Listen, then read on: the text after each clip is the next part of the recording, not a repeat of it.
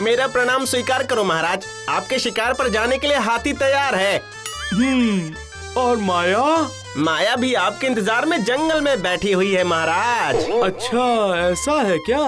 तो फिर आज फिर से माया का शिकार करूंगा। चलो चलते हैं मंत्री।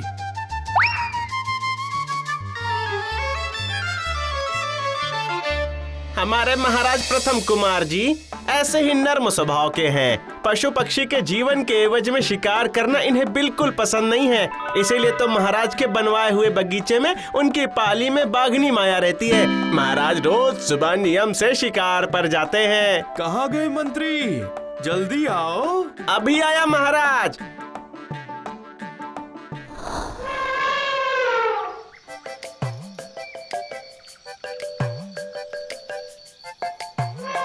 महाराज के हाथों में जो बंदूक देख रहे हैं वो असली बंदूक नहीं है, खिलौने वाली बंदूक है। इस बंदूक की गोली से एक बाघ न जाने कितनी बार मरा है, इसका कोई हिसाब नहीं है।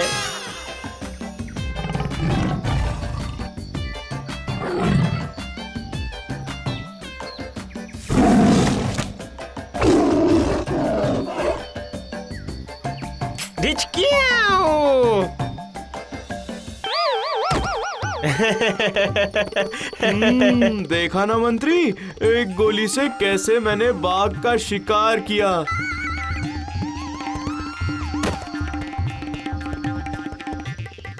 उठ जा माया, आज का मेरा शिकार पूरा हो गया है। मेरे बाप दादा बहुत बड़े शिकारी थे, पर मुझे बंदूक चलाने में बहुत डर लगता है। तू है तो इसीलिए इस खिलौने वाली बंदूक से मेरा शिकार करने का सपना आखिर सच हो गया। सही कहा महाराज। अभी भी याद है, जंगल से भागकर माया लोगों की बस्ती में घुस गई थी। आपने माया को शिकारियों के हाथों से बचाकर अपने इस बनाए हुए बगीचे में आश्रय दिया था। तभी से रोज सुबह मैं इसका शिकार करता हूँ। और माया इस खिलौने वाले बंदूक की आवाज सुनकर तुरंत जमीन पर लेट भी जाती है। और हाँ, महाराज को सर दर्द की बीमारी भी है।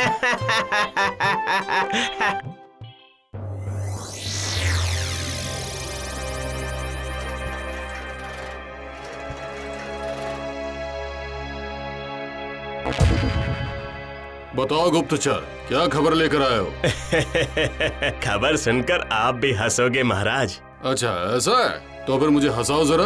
अगर मुझे हंसी नहीं आई तो इस बंदूक की गोली तुम्हारी खोपड़ी के अंदर जाएगी। जी वो दरअसल राजा प्रथम कुमार एक खिलौने वाला बंदूक लेकर रोज शिकार पर जाते हैं और एक बाघ शिकार करते हैं।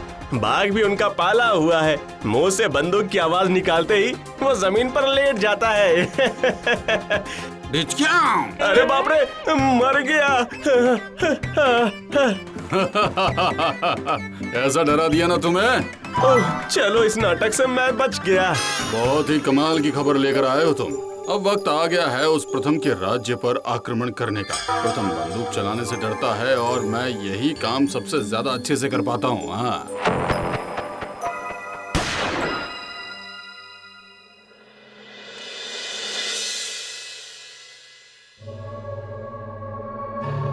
क्या बात है महाराज, आप बहुत चिंतित लग रहे हैं। हाँ?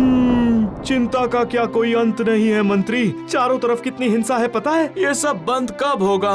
कुछ भी समझ नहीं आ रहा है महाराज, जरा साफ साफ बताएंगे? ठीक है, साफ साफ बताता हूँ। खुद के थोड़े से आनंद के लिए दूसरों की जान ले लेना क्या सही है बताओ? लेकिन मनुष्य हमेशा से यही करता आया है।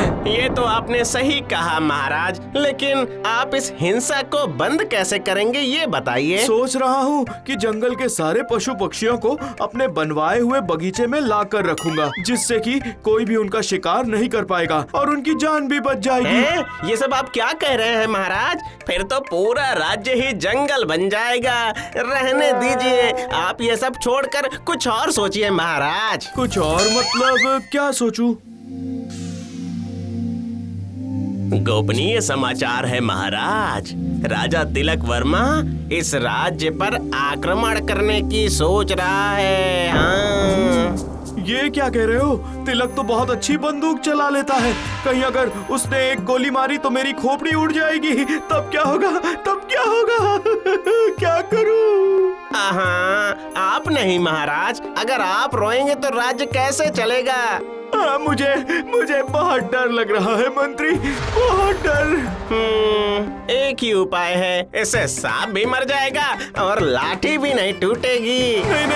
नहीं, सांप को मत मारो मंत्री, वो तो बेचारे हैं। मैं सच वाले सांप को नहीं मार रहा हूँ, ये तो बस एक कहावत है महाराज। आज ही उस तिलक वर्मा के दरबार में आमंत्रण पत्र भिजवाना होगा।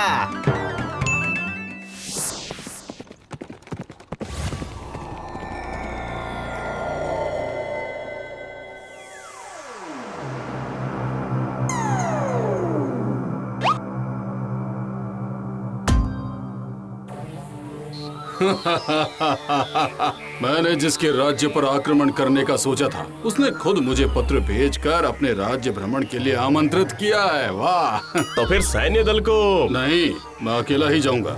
मेरे साथ ये बंदूक रहेगी। प्रथम राजा को हराने के लिए सेना की जरूरत नहीं है, यह बंदूक ही काफी है।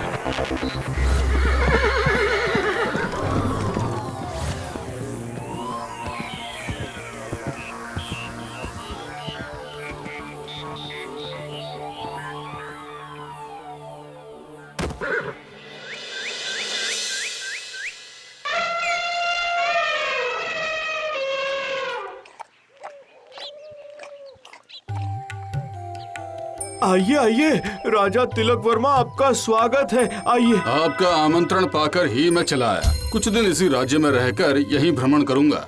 बस अब सही मौका देखकर इस प्रथम की खोपड़ी पर बंदूक लगाकर राज्य हथियाने का इंतजार है। शुभ कार्य में देरी क्यों? राज्य भ्रमण आज से ही शुरू किया जाए महाराज। सबसे पहले आपको ले चलता हूँ महाराज प्रथम कुमार के बनवाए हुए बगीचे में। वाह वाह वाह वाह वाह, बहुत बढ़िया। तो फिर चला जाए।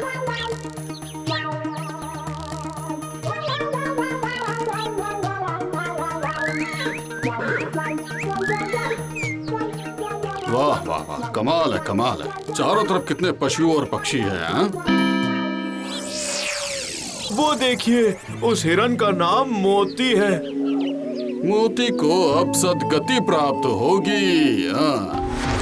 रुकिए, ये आप क्या कर रहे हैं? इस बगीचे में शिकार करना मना है। क्या? मुझे बुलाकर मेरा ही अपमान? मैं यहाँ ये सुनने के लिए नहीं आया हूँ। तो फिर क्या करने आए हैं महाराज? मैं यहाँ आया हूँ प्रथम को हटाकर इस राज्य पर कब्जा करने। मुझे बचाओ मंत्री, मुझे बहुत डर लग रहा है।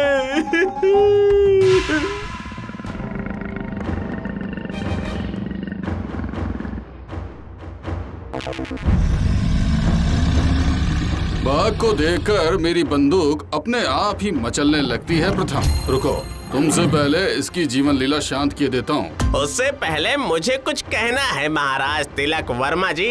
कुछ महीनों पहले शाम को आप अकेले उत्तर के जंगल में शिकार के लिए गए थे। आपको याद तो होगा ना महाराज? बताइए। हाँ, याद है। उस दिन एक बाघ का भी शिकार किया था आपने। हाँ, किया था।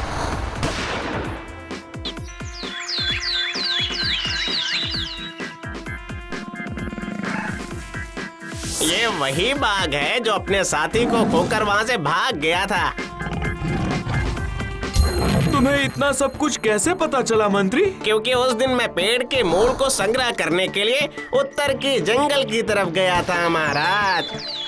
धन्यवाद मंत्री, मुझे उस भागे हुए बाघ का पता बताने के लिए। और अब मैं इसे माया।